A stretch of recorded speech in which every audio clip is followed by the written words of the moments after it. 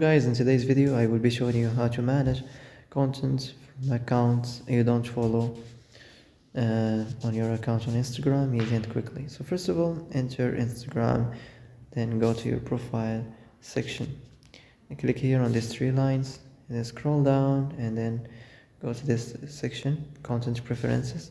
So as you see here we have this interested, so you haven't added any posts you are interested in, so this is new account, that's why. Not interested in specific words and phrases, so you have to add words here and click done. Then here we have the sensitive content, so it shows how much sensitive content you see, less, standard or more. Also here we have the political content, the same thing, less or standard or see more. Here if you want to reset search suggested content. So that's it. And that's it for today's video. I hope this is the answer you've been looking for.